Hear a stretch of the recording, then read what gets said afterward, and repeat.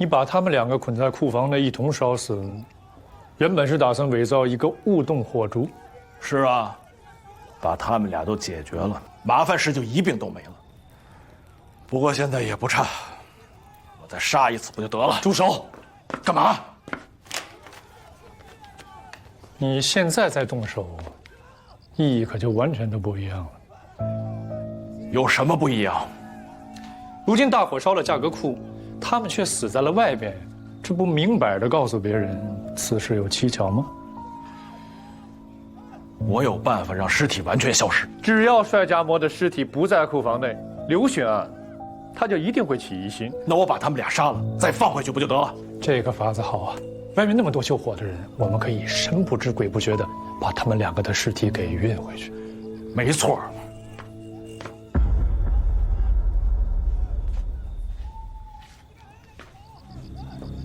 那你说，有什么好法子？法子倒是有一个，你说。我需要他配合。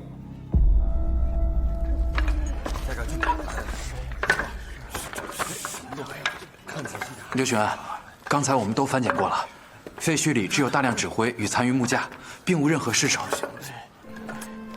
吴飞龙这个蠢货，王知县无忧，我都已经安排好了。你们两位昨天离开的时候，是帅家墨主动要求留下的？正是，我们换他吃饭，他没走，还在那里发呆呢。案图的纸上都是空白的，我们还问他进度要怎么办，他也没回答。二位先生，之后还有谁见过帅家墨？应该就是库房那个老厉吧。王知县，啊，去，把那老张给我带上来。每天日落的时候，架锅库就要落锁。今天我去锁门，就看见两个书手说帅先生还在库内。老张啊，这价格库里除了帅家墨，可还有其他人？还有一个叫风宝玉的公子哥。后来，他们俩吵起来了。还吵起来了？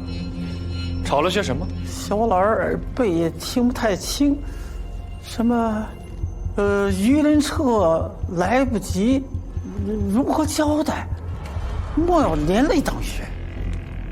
我提醒他们要锁门了，结果那个公子哥发脾气，把我给撵出来了。他们说，他们是为刘巡案办事，如果我再啰嗦，万一是耽误了大事，就要拿我试问。被他们赶走之后，我放心不下，就来看这大火。小的失职。老张，大火之后，你可有见到帅家墨和风宝玉啊？小的委实是不知道。刘雪，这个帅家墨呢，承诺说会找出人丁四捐水的真相，但却陷入了麻烦，只得一张白纸。而这个风宝玉呢，他是用了所有的身家做保，来赌帅家墨会赢。但是他发现帅家墨的进展不大，甚是着急，便来到了价格库，催促帅家墨连夜查卷。于是，便跟他发生了一场争执。此乃是二人在互相推诿埋怨。你说的似乎跟看到真景一样，莫非你也在现场？我是诸葛村人，刘巡案和几位之前的这个酒宴呢，就是我置办的。我也一直在左近后着，不曾离开。啊，莫说废话，快说正题。那之后的事情我也不知道是怎么样子，有可能是两个人因为吵架，误碰到了火烛，才酿成了这场泼天大祸。那然后他们人会去哪里？自然是潜逃了吧？你要知道，这烧的可是我们揽西县的价格库，顶格可以判死罪。他们两个不落荒而逃，难道要留在这儿等死吗？你的这些推论纯属猜测。姑且说在下的推论是有误的，他们两个与这场大火无关，那他们两个就是无辜的。为什么要落荒而逃呢？他们可以留在原地，又或者直接去找刘玄爱民呢？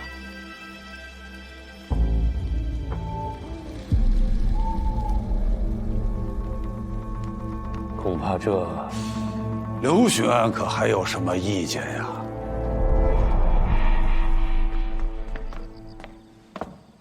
好手段。范老，信不如命。仓促之间编排了这么一出好戏，连我都快信了。若要遮掩一事，莫若另开一事，这是做壮士的常用手段。那两位现在如何？他们两个已经被陆飞龙遣送出了兰溪县，前往同阳暗中拘押，疑似还捕文书送至金安府各县，然后陆飞龙便会将他们扭送到同阳县呀。这为何不在我兰溪，还要扭送到邓知县那边呀？潜逃嘛，自然要逃得远一点再抓，这才更像样啊。毛知县啊，说到这儿你还得帮个忙，再多发一支签子，给陆飞龙一个捕头的身份，这样跨境抓人，他也有方便。然后呢？然后自然是同样把犯人转交给兰溪，再接受审判。绕这么一个大圈子，还不如一刀砍了来的痛快。快，它不代表好。放肆！我的意思是说，价格库着大火，这是大事，遮掩不得，怎么都要给朝廷一个交代。与其烧死帅凤二人，不如让他们就此背起这口黑锅。麻是麻烦了点儿，但手续上没有瑕疵，可以杜绝后患。文书手续我来办。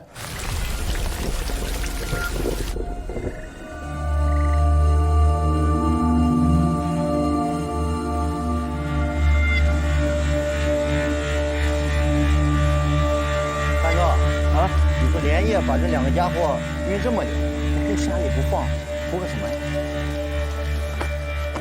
做事就做事，问那么多干嘛呀？等我大哥过来，你按大哥的吩咐做事就行了。看咱们这个的，就是少说话。来，吃吧吃吧。我这是在哪儿啊？想想办法，马上回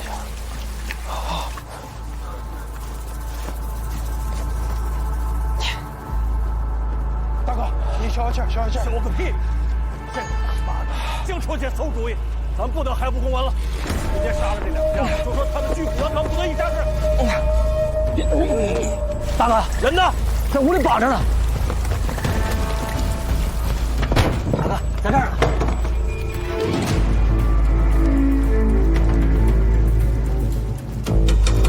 人呢？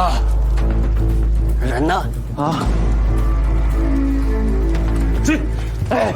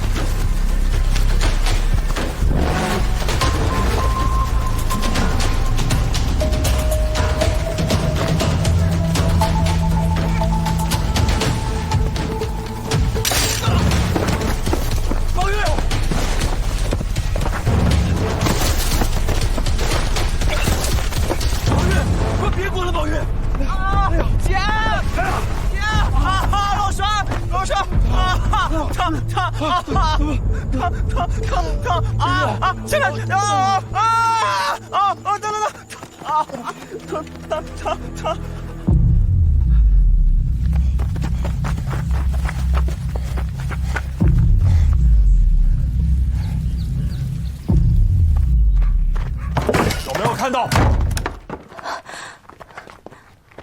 小芝，你们不是在仁华讨生活吗？怎么跑到同阳山里来了？你们来干什么？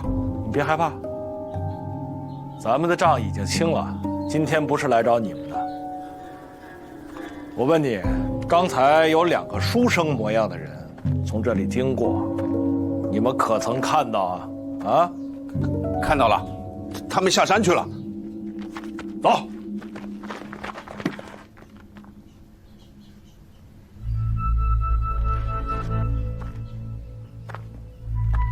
其实你们没了田，还可以来我家做佃户嘛，何必跑到这大山里来开荒呢？太辛苦了。这个就不用你操心了，我宁可自己给自己干。那我就奇怪了，你说他们俩经过这里，看到这儿有这么大一间茅屋，难道不会过来看看？你们走吧，这里不欢迎你们，也不欢迎任何人。走走走走走走，给我搜！是。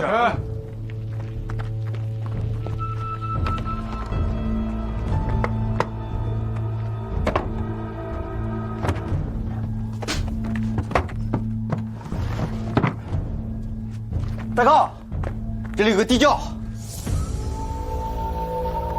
你不能进去，这地窖许久未通风了，贸然进去很危险的。起开！我来。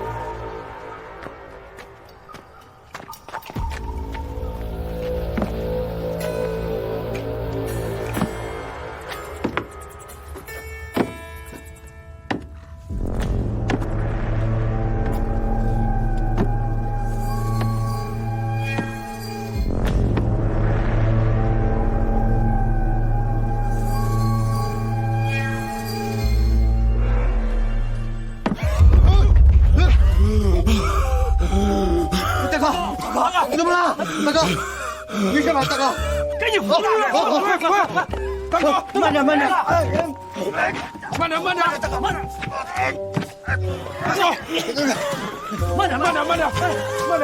大哥！跟你说了吧，别进去。慢点！慢点，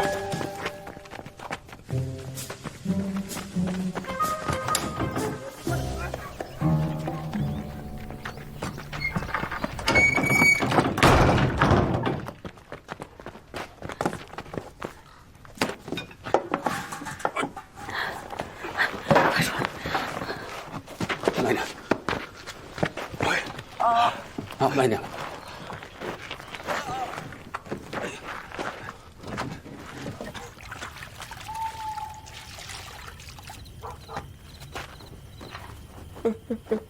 忍着点啊！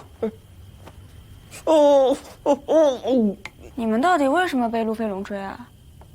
我们是去揽溪茶。疼！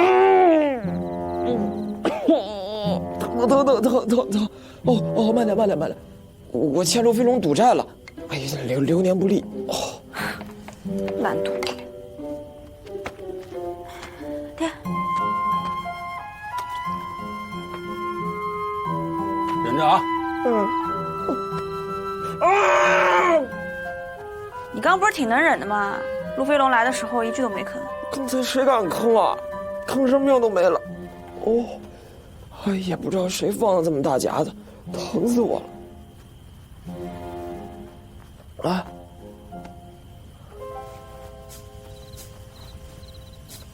是你们？是我们呀。那放在身上可以夹个野兔、野猪，好歹能吃顿肉。谁知道你往那儿跑啊？那是你们夹上我的腿，得给我请个郎中吧。我们可没有钱请郎中啊。如果你不嫌弃的话，就在我这儿养伤，我和小智再去采点草药。爹，我们家那点粮食可能不够那么多人吃。哎，我有钱啊！你可以在我这儿养伤，若是想治好的话，就要到同阳县城去了。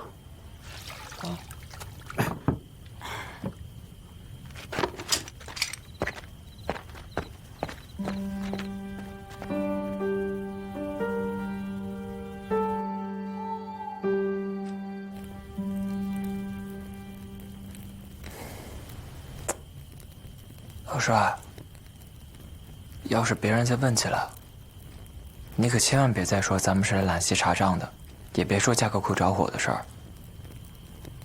为什么？知人知面不知心呐，那谁也不知道别人心里到底是怎么想的。可是陈家妇女救了他们，那就更不用说了呀，咱不能给别人添麻烦呀。我明白了。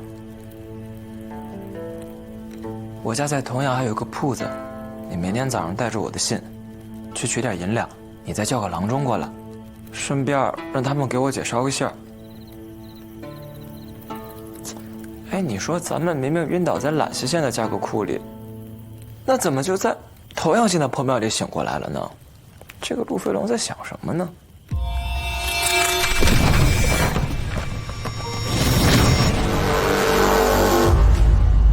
爹，3530是什么意思？记住这个数字，爹一生的功过都在这里了。老师，老师，你想什么呢？记得我跟你说过的那本书吗？我想起它的名字了，叫《思捐全书》。在书的第一页也写着3530。为何我爹也曾经查过？这场大火让我确定人丁思捐税与我爹之间也有关系。《思捐全书》里面到底写了什么呢？还有，我想起我爹娘的样子了。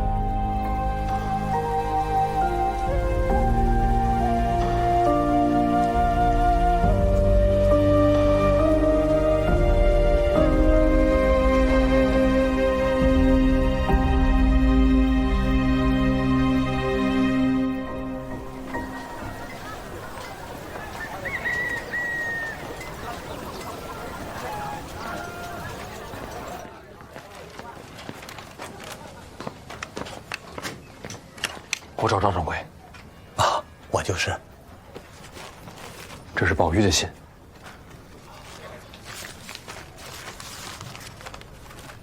啊，你稍等，我这就去给你请郎中。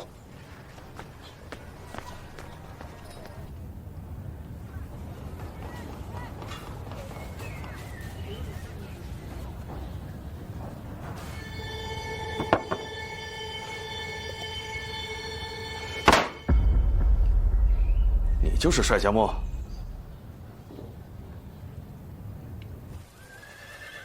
启禀知县老爷，补班抓到一个通缉犯人，交刑房处理便是，不要来打扰我。这个人是揽溪县要抓的那个，名字叫做帅家墨。帅家墨，带上来。是。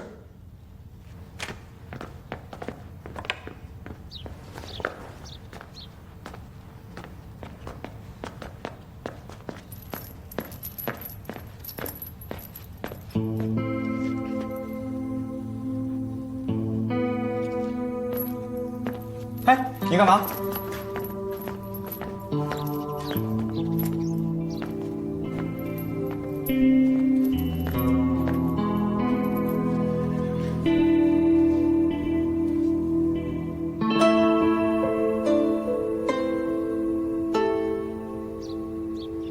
你算错了。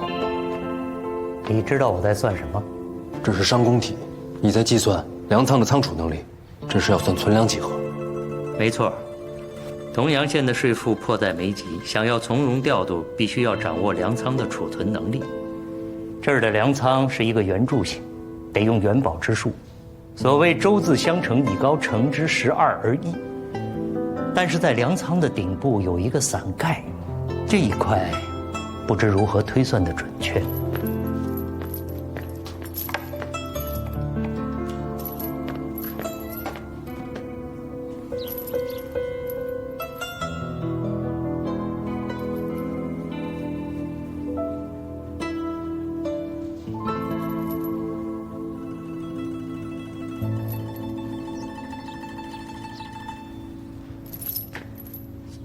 原来如此。那日我在金安的和会上见识了你这个白璧绘影之术，颇为欣赏。回来我也试着看能怎么用它，但是才学有限，难免有疏漏之处。疏漏不少，才学确实有限。你也真是蠢！既然本官在通缉你跟风宝玉，本官又怎么会不在封家铺子设下眼线呢？宝玉在山中养伤，我是一个人来的。说吧，你到底犯了什么事情，竟然要揽西县连夜发来文书海捕？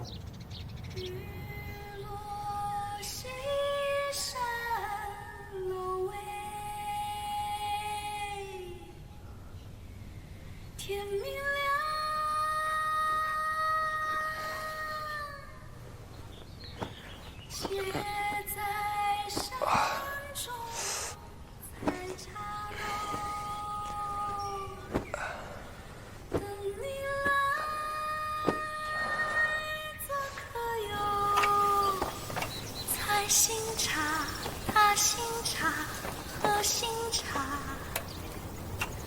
歌声听街唱说才价格。今天，疼！哎，你刚才唱的那个歌很好听，能不能再唱一遍呀？我又不是卖唱的，你说唱就唱啊。忍忍啊。哎。疼！我轻点。男子汉大丈夫，喊什么疼呀？那不疼喊疼是矫情，我这真疼，喊疼这叫坦诚，好吧？行，废话这么多，看来情况还不太严重。好了，等你的同伴请了郎中回来，到时候再看看有什么更好的药。这么说，价格库是被陆飞龙烧的。你们也是被他绑架的。是的，这个毛盘凤，人丁私捐这事儿应该堂堂正正的去官面上辩驳，这种宵小行径实在是过分，倒显得心虚羸弱。所以你会放了我？本官不能放了你，因为我们金安八县是有攻守盟约的，我若将你放了，岂不是自掘坟墓吗？为什么？一个人想做的事情跟他要做的事情是不一样的。我很希望能够从算学的角度跟你堂堂正正的去讨论人丁私捐税，但是我不能，因为人丁私捐与我同阳县不利。即使你说的再有道理，我也要极力去反对。我们也许能成为朋友，但不是现在。听不懂。听不懂，本官就是因为你听不懂，所以才能向你倒苦水。我在上任之前也是满怀壮志，我觉得自己是一县之长，百里之侯，可以尽情的施展拳脚，匡济天下。可当你真正坐到了这把椅子上，你才知道，就是把这一县管好都要殚精竭虑的。你就拿我身边做事的这班小吏来讲，人家的职位是世代传承，而我呢，就是一个流官。我既要倚重，又要提防，我稍微一个拿捏不准，便是身败名裂之局。我还是不懂，要不你在墙上给我画出来。你是不会懂的。总之，本官不会把你放走，我只会按照正规的程序把你收监移交。若旁人问起来，我也只能昧着良心说我对陆飞龙的事情全然不知。可我已经跟你说了，你又怎会不知？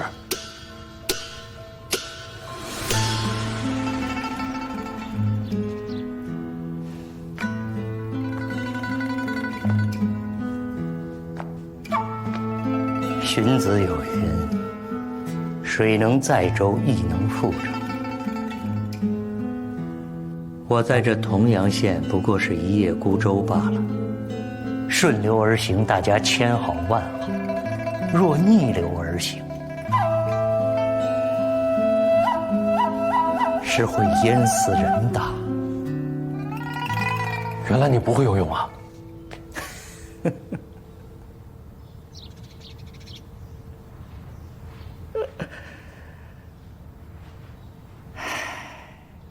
我若像你心思这般单纯，该有多好！来人，把他押下去。走。你想不想知道人丁丝绢的真相？兰溪县的价格库已经烧了，你还能有什么证据？我已经想到一个绝妙的法子，不需要看兰溪县的价格库，同样可以证明贤祥与人丁丝绢之间的关系。幸亏啊，及时用了草药，不然你这条腿可就废了。老朽带来的药也得正着，日间服，很快就会好的啊。谢谢你。你拿着。知县老爷君命，让你等好生看护，不得放走，也不得让他对外传递任何消息。过几日自会有人来押送。哎，那老帅呢？哦不，帅家墨呢？他怎么样？你还有空管别人？走了。啊，我送送你们。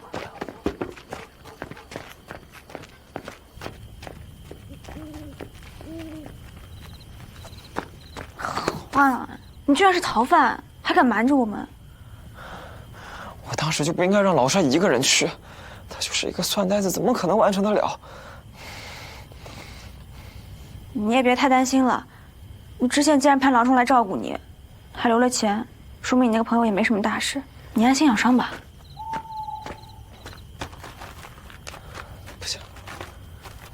不行，我得去同样。你干什么？你干哎！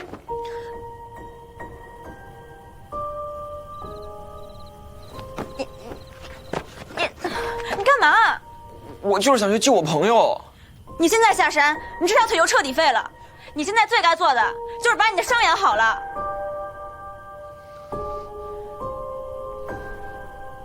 我去煎药。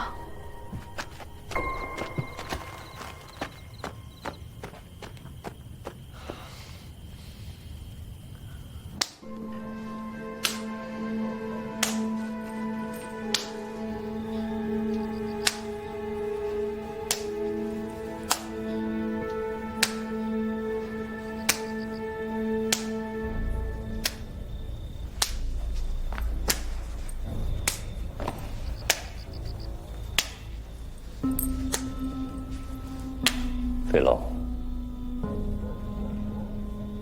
你知道我最讨厌什么样的人？你跟了我多久了？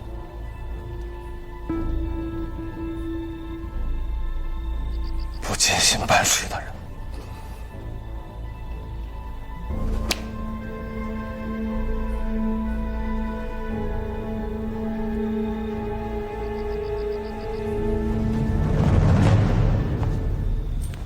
范老，邓知县刚刚寄来了牌票，说帅风二人已被擒拿一个，另一个也将很快到案。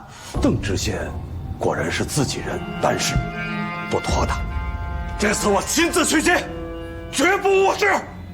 范老，我这就准备一下，只要他们两个押解回来，立马开审，定把罪名敲得实实。不必，早该一刀斩之。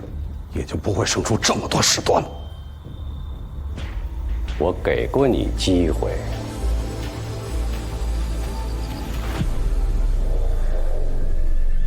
这个思路当真是绝妙。从徭役反向推算至税赋，可谓独辟蹊径，一叶而知秋。当日辩论时，你意图从缴费驳斥我，这才给了我灵感。那我还真是荣幸。不过你这个算法，说来简单，具体核算可是个水磨功夫。你想想看，需要一个县一个县的去计算，然后再归并统除，挺繁琐的。不难，交给我来算，很快就能算完。你可真是个算呆子，既然一点也不设防，你就不怕我提前知道思路，事先做好准备？哎，你若是有比这更合理的算法，拿出来一起讨论，那不更有趣吗？帅家墨，你听我一句劝，这人丁丝绢税的变革关键，从来就不是一个算法问题，是一个利益问题。什么意思？没有人会跟你算这些细节，斗的是心计，要的是好处。就算是本官，也只能私下里跟你聊聊这些。到了官面上，你说的再对，我是不会认的。你也说了我的算法是对的，为何不认？对的，你知不知道？赋役黄册虽然是记录一地人口增减的正典，可它早就沦为废纸一本了，里面的数字都是虚的，敷衍朝廷罢了。你用赋役黄册去推算，绝算不出正确的结果。那晋安府如何征调民夫？如今府里和县里要是真征调民夫，自己都会编一本赋役白册，那里面的数字才是真的。赋役白册？但你觉得他们会把白册开放给你看吗？这世上人心比算学更复杂。不，有一桩算学比人心还难懂，我如今尚未参透。什么算学？邓知县应该对丈田之术也很熟悉吧？身为知县，了解如何丈田乃是常识。田地根据形状分为方田、龟田、奇田、弧田、斜田等，可还有一种腰田，形状溜凹四处，非常难算。我幼年的时候，依稀记得我父亲给我讲过一种解法，叫做推步锯顶，转眼之间就可以算出结果，正是这种腰田的克星。说来看看。可惜我当时太年幼，我只记得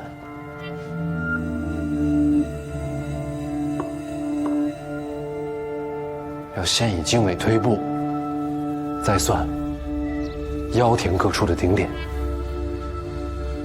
只可惜我记不得了。这么多年，我一直在研究，有所突破，可还是琢磨不透。这样，丈田是我的兴趣，也是我的工作，咱们就此比试一下如何？这是同阳最有名的一块腰田，怎么样？开始吧。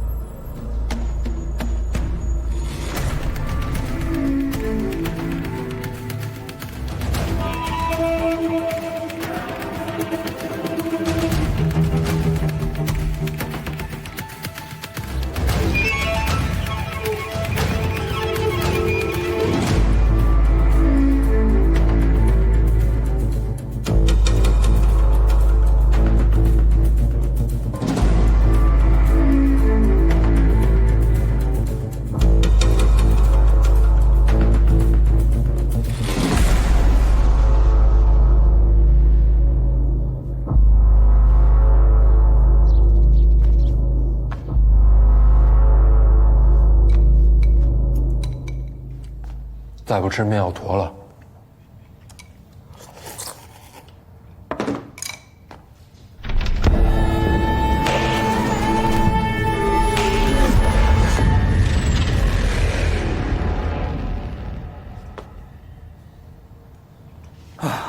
真是厉害。我只是算得快，但你看我用的算法和你是一样的，要是用上推步锯顶之术，还能再快1倍。仁华县这个地方山多，这种腰田到处都是，用现在的方法太耽误人工和时间。如果你那个推步锯顶之术真的要能在瞬间算出面积，那真是利国利民的大好事。只可惜啊，我怎么也推算不出来。看来恐怕只有《四捐全书》中才有所记载了。《四捐全书》是我父亲写的一本书，里面记载了很多内容，可我想不起来了，只记得3530这个数字在里面反复出现。3530，人丁四捐税。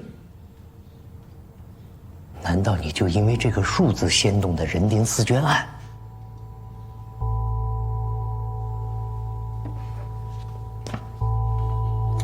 从我小的时候，我的心里就有一道解不开的题：为什么我家里走水那天我不在家？如果就如程仁清所说，我父母是畏罪自杀的话，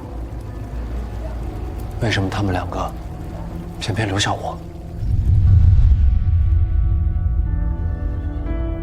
令尊令堂之事确实令人惋惜。不过你听我一句劝，不要太执念于此。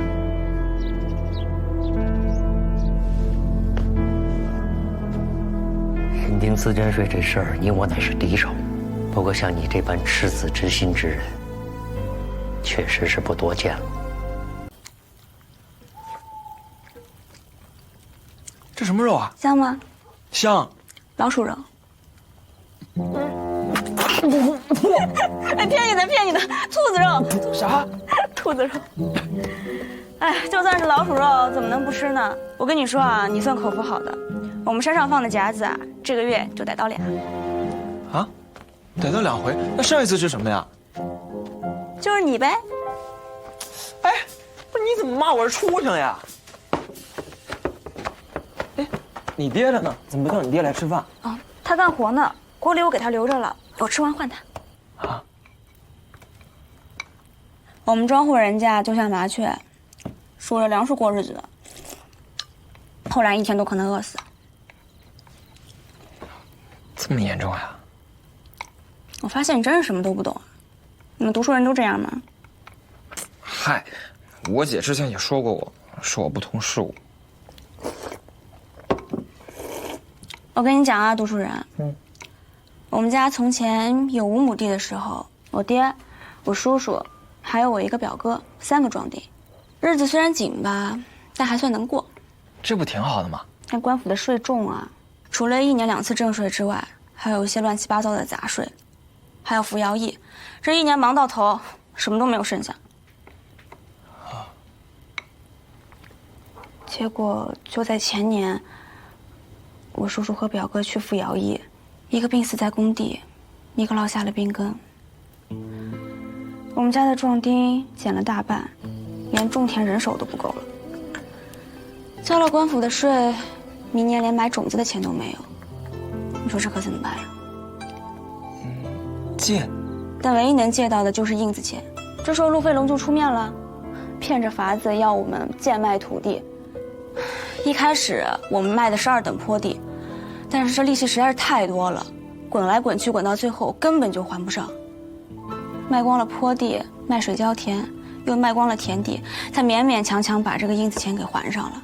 真的是迫不得已才到山上来开荒的。那就没有别的办法了吗？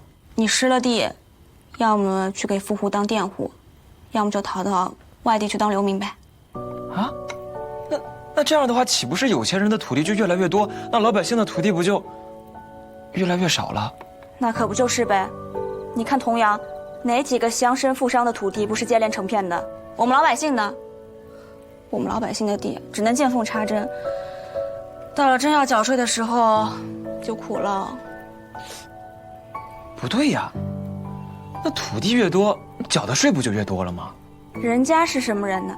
有的是办法少交税，不然怎么拼了命的往怀里弄土地啊？可是官府的税是固定的呀，他们少交1分税，我们就得多交1分。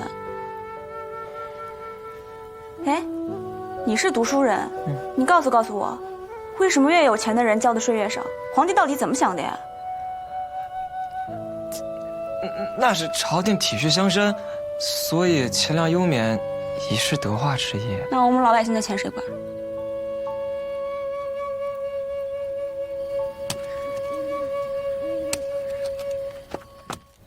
抵到，不打掩护！巡按刘大人已经来了2天了，东翁是真的不打算去拜见一下了？来其这一把火烧的是干干净净，他还好意思到我们仁华来巡案，真是个无事生非的巡案。哎，哦，对，有个牌票，是童阳发给我们仁华的，说是冯宝玉和帅家墨抓着了。啊，俩人跑得还真够快的，居然从兰溪跑到了童阳。跑得再快有什么用？还不是要被逮的。按道理说，这也不关我们什么事儿。邓知县还给我们发了个牌票，什么意思嘛？哎呦，还打不打牌了？哦，打，快点噻！啊，小鸟飞。崇德兄，这次领教了吧？这远离中府之地，纷争更甚啊。我只是个路过的，不像老兄你身在局中，自然是会更辛苦啊。哎呀，我下这么一个弃子，目的就是想把外边的大龙给接过来啊。内风调沉，我一看，角度刁钻，善解大事。见笑见笑，哎呀，我也是实在是身陷重围，不得已才把崇德兄引来当奥援。更让我没想到的是，奥援一到，他们可好，直接把棋盘给翻了。久闻边角难缠，一方难治。我本来还不相信，这次算是开了眼界。那崇德兄认为这局棋还能不能下？人丁丝绢这个案子还是得办。于私，我在揽溪吃了瘪，若不扳回一局，以后不要巡案奉行了。而且你老兄也需要政绩，重回中书。于公呢，张首府清简仗地，势在必行，而奉行素来是引田最多，阻力最大，所以必须要杀一只大鸡来进攻。家里您就放心吧，别忘了。好。哎，出来，都出来了！消息这么灵通啊，赶去救你弟弟。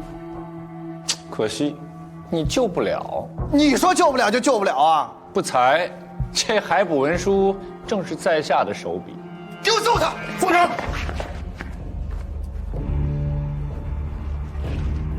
冯掌柜啊，我劝你一句，最好别去。去的话，你非但救不了你弟弟，反而会害了他。那你说怎么救？你给我多少银钱，便买多少功劳。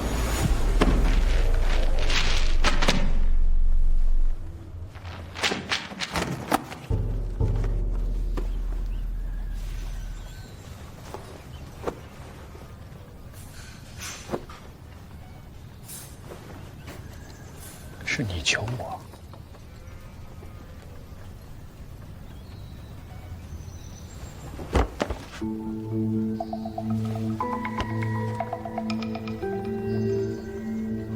不可能，我还没有说完。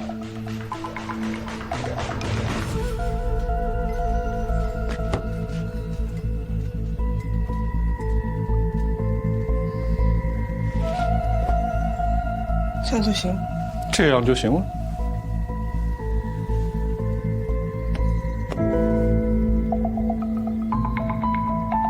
我就是弄不懂你啊！你一会儿救他们，一会儿要害他们，你到底这葫芦里卖了什么药？正所谓，常理人情，正气攻心。冯掌柜，告辞。你等会儿，钱还没拿。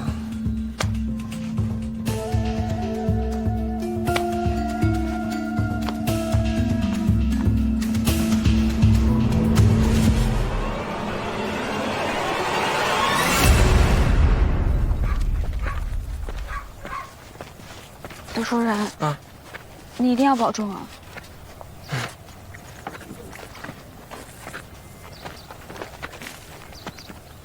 小志，你让你爹休息会吧，这都干了一上午了。嗯。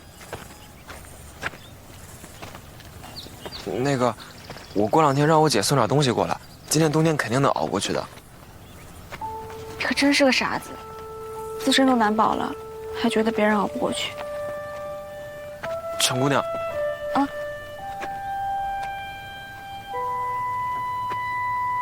多谢照顾。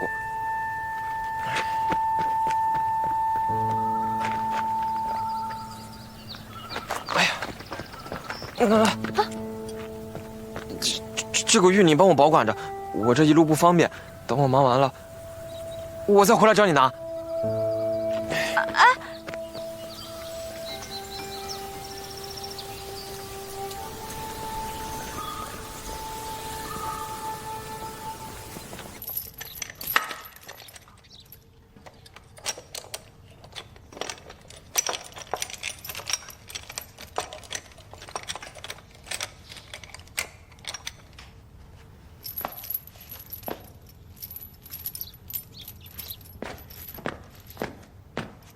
等一下，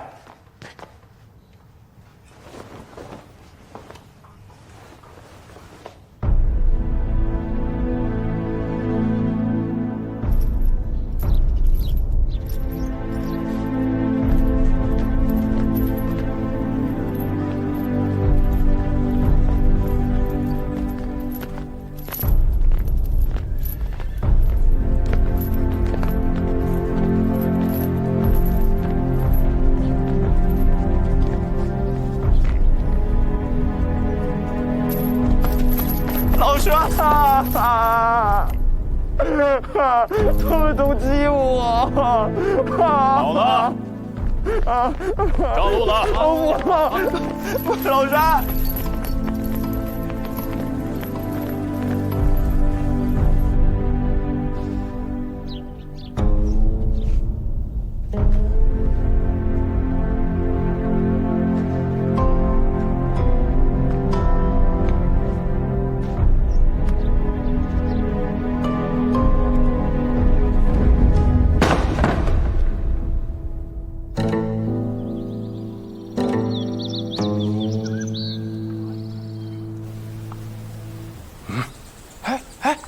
大哥，人来了！我乃兰溪县补班班头，奉命在此交接人犯。哎，班头，哎，我要报官，就他，他就追杀我们的那个山贼。少啰嗦，来！追杀我们！哎！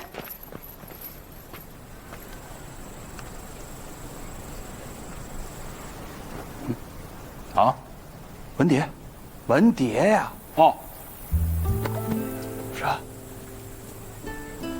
我觉得我们到不了兰溪了。为什么？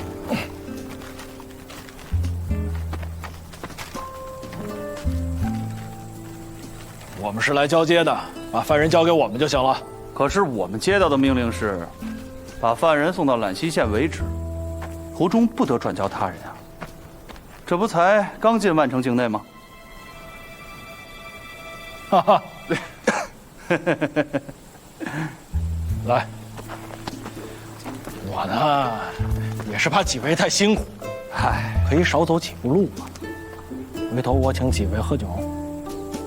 不必了，这也是邓知县之前交代过的。上路吧。上路。是。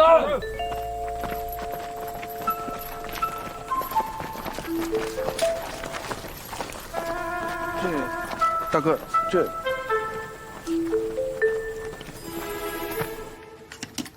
哎呀，你第一张牌就出来个，你不会打哟？我怎么不会打？我就出这张。老范，你快点吧，我完了没得？哎，完喽！我看你还打不打？打不打了呀？出嘛！想想飞，要不要？哎。让我抓了啊！哎呀，夫人，别闹！别动！打这个。你谁啊？你想干什么？我是来给您送火腿的。风碧玉。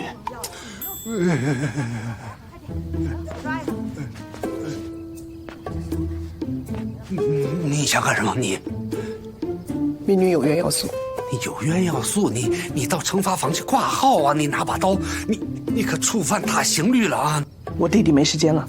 哎呀，他那个罪名确凿，他被这个兰溪县啊已经缉拿归案，正准备审理。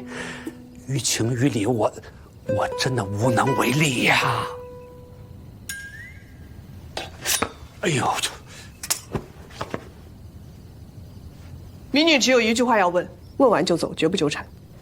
快说。兰溪县架壳库焚烧之事，您是从哪里得知的？兰溪发给众县的那个还不文书。那对于此事，您可有疑惑？你想诈谎？我是想问，毛知县就没有提前知会过您一声？兰溪县的事儿，他毛知县知会我干什么呀？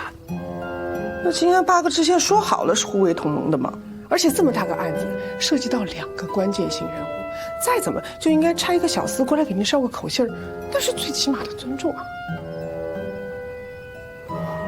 您老为了顾全大局，那忍辱负重，肩膀上扛着骂名，多么大的牺牲啊！他们可曾在意过？你说的太对了。人丁思捐合议结束之后，兰溪、同阳、万城同时发出榜文，那是得意洋洋地炫耀自己的胜利。您费了最大的力气，他们得了好处，哎，把您晾那儿不管了。要不是您挂出了个祝夜免告示，怕是连一封慰问信函都无吧？谁说不是啊？但就算是他们重金贿赂您呢，何有1分1毫银钱送？这就是贿赂我也不会拿的。哎呀，这个拿不拿是一回事，他们做不做是另外一回事。啊，动作快点哈，中一个。方知县，恳请您担负起一县之长的责任，为民做主。哎呀，你说的简单呐，我绝不为难您。今天来，只有一事相求，绝不违法，也不徇情。你说，请将这牌票行至金安府就行。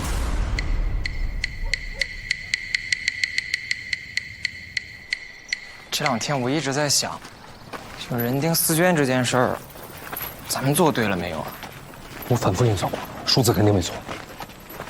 哎呀，我说的不是这个对错，就如今下边的老百姓过得已经够惨了，这笔税摊下去，又得有人破产了。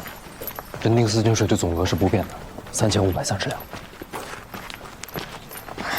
可交税的人越来越少了。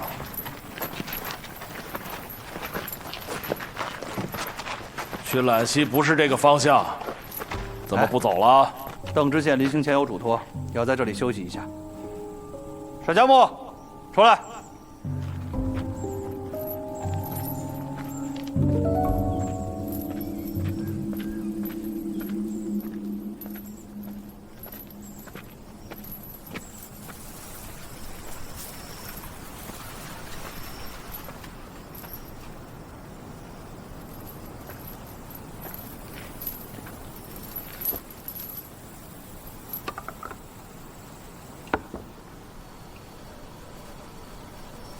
帅先生，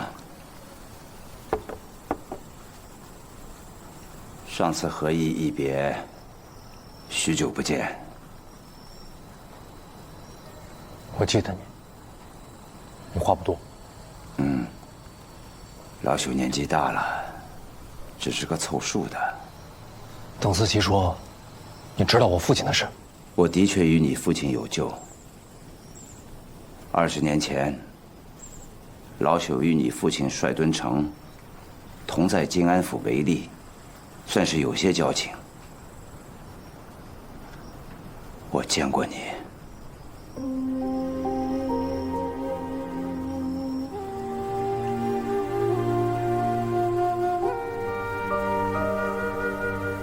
我什么都不记得了。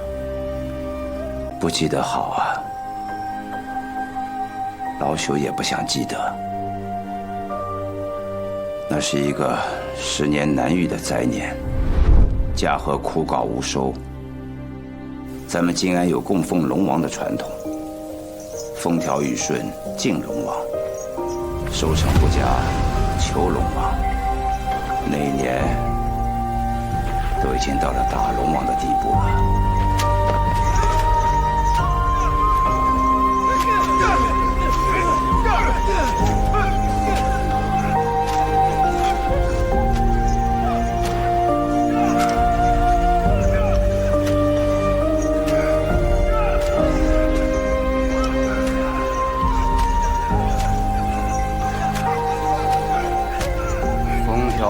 舜敬龙王，收成不佳求龙王，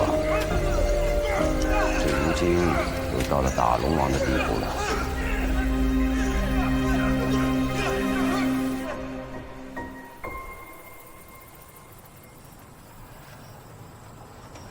你知不知道，我父亲写过《思捐全书》？那本书是你父亲所著，老朽恰好看过。你还记不记得里面内容？有没有记载推不据顶之说？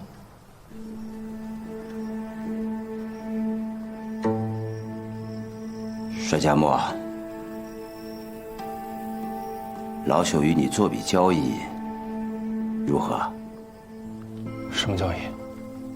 你撤回人丁思捐的提告，老朽便把书中能想起来的都告诉你。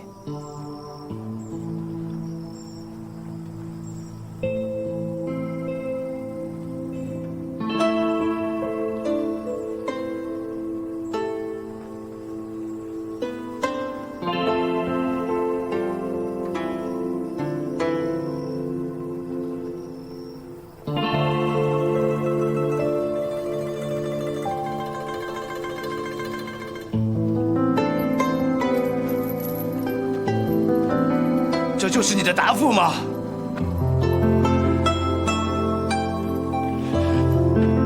那本书对我很重要，但人丁思捐对我更重要，因为它是错的，而错误必须改正。那关于这本书的事儿，你以后就不要再跟人提了。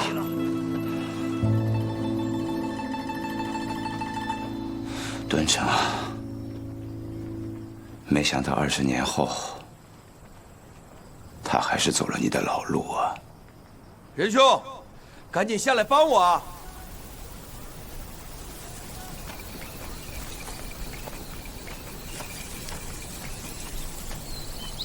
敦成啊，你明知道这是仁华最妖的田，武功堂下69号，错综复杂，你还答应护房说今日之内定能量完，怎么可能呢？我有独门秘籍。从哪弄来的？我自己琢磨的。你看，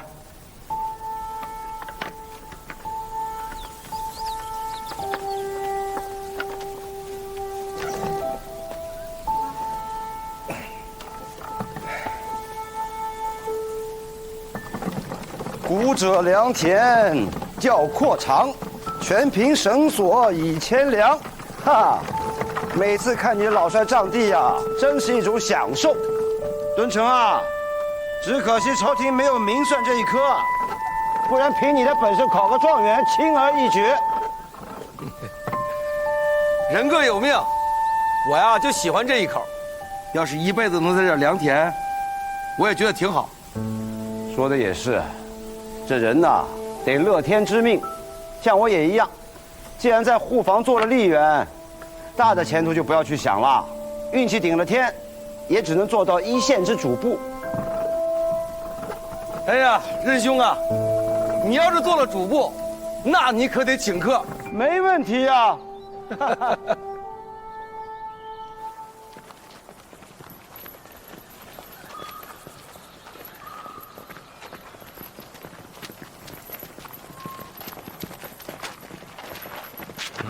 好了，接下来就是揽溪的地界了，移交给我们吧。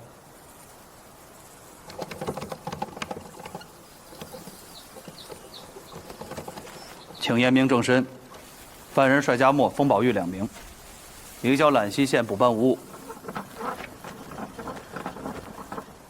你们俩自求多福了。走了，上路。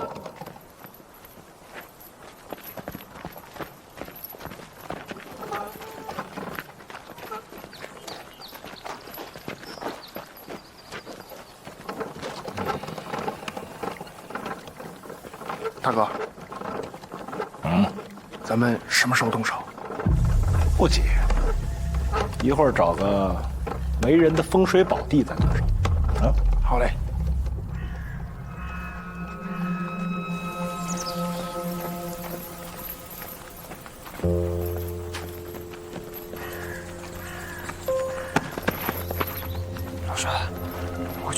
对劲儿，一会儿我喊1、2、3，咱俩就跑。快点儿！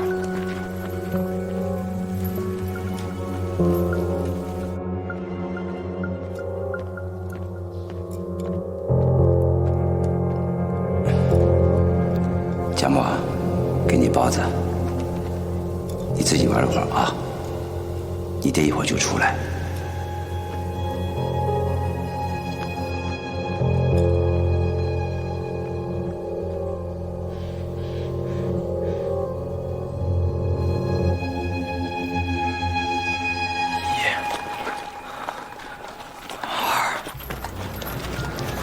跑！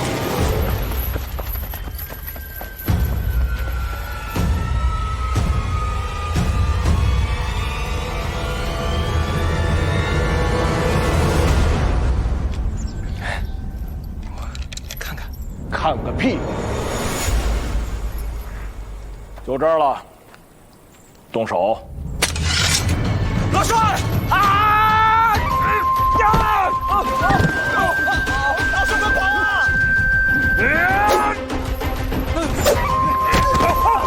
走！老帅快跑！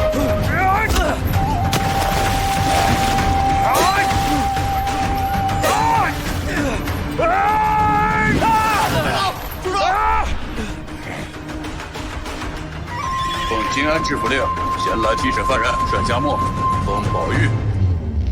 这是我揽溪县事，你可看清楚了，这文书乃是黄知府与刘巡案联署。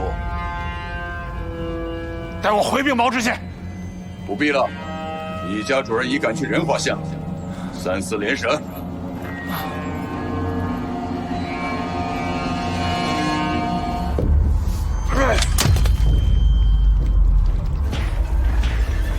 坏了！那个被毛巾上身的又回来了啊！快，准备操席子！哦，对，操席！真的假的？当然是真的。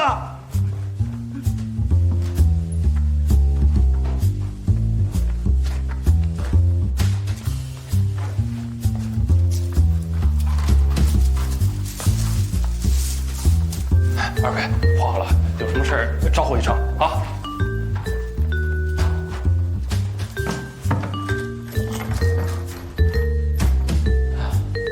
你别说，还挺有意思。上次来是捞你，这次咱们俩一起回来。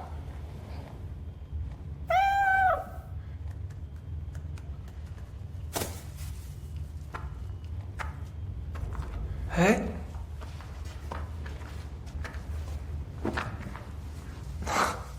他不是在揽溪丢了吗？怎么还自己跑回来了？还知道你来监牢了？嘿，成精了都。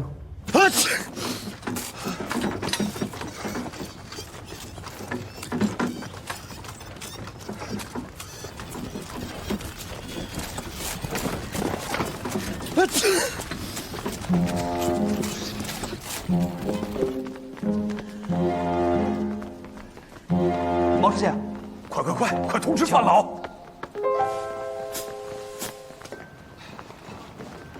范老啊，范老看书呢。哎呀，这个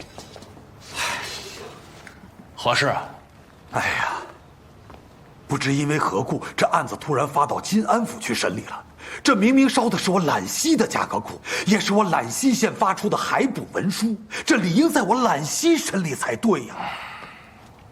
我呢，在金安府衙有几个眼线，据他们说，是仁华县先行文给了金安府，黄知府才发出消息的。方石相，我是给他发过海捕文书，可他为何要发到金安去啊？毛知县害怕了。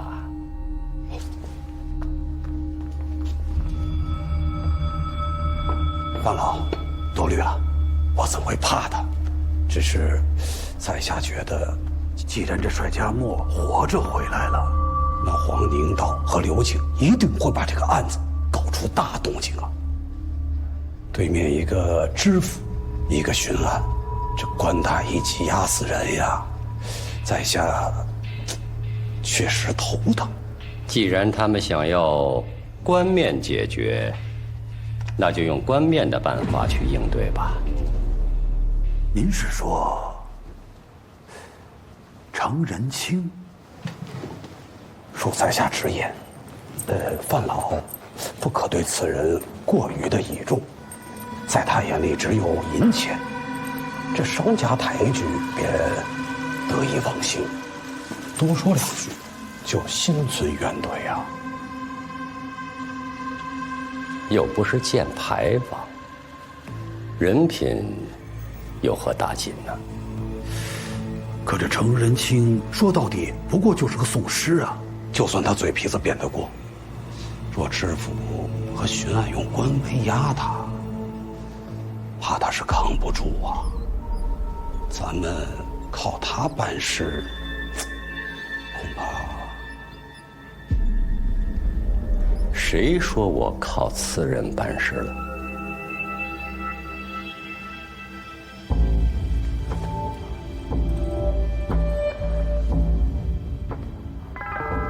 今晚我要请金安的几位老友吃饭，请方知县过来一叙啊。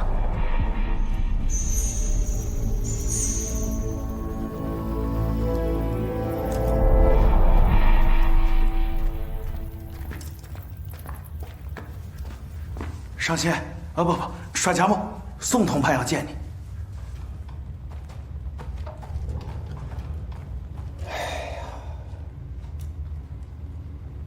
我早就劝你要让你收手，你就是不听。你看看你现在落到什么地步了？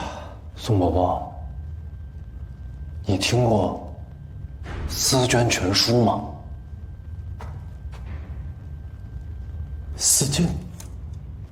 思捐全书。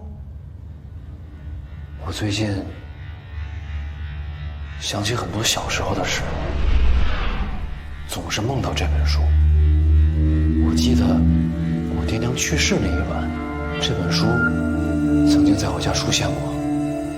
我爹从一个包裹里面把这本书拿出来了，我只看过其中一页，上面很醒目的写着3530。除此之外的细节，我就记不清了。那也就是说，这本书是你爹留给你的，但是你到现在还没有看到过，对吧？是的。任主播好像知道内情，但他不肯跟我说。哎呀，家木呀，你不要再说这本书的事儿了。明日3座会审，我听说他们要下决心把你的案子审结呀。我已经找到了很好的证据，只要能够查阅赋100册。家木呀，现在这不是你找真相的地方，这是阴阳调和之所在呀。阴阳调和，就是大家都满意，大家又都不满意，最后都觉得只能是这样了。阴中有阳，阳中有阴，这就是妥协之道啊！这关乎着利益，所以注定你的努力是没有什么意义的啊！我听不懂你在说什么。哎呀，怎么跟你说了半天，你就是不明白呢？这样，你听我的啊！我希望明日在3座会审之上，我保你一条性命，所以前提是你得先配合。怎么配合？不做事，不说话。你的意思是，叫我不要再算这些了？不做任何事情。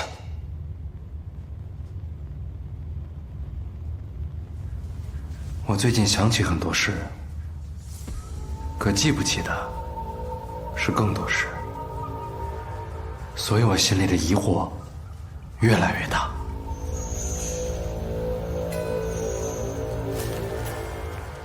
思捐全书，为何要叫思捐全书？思娟，这与人丁思娟又有何关系啊？人丁思娟与推步巨鼎又是什么关系？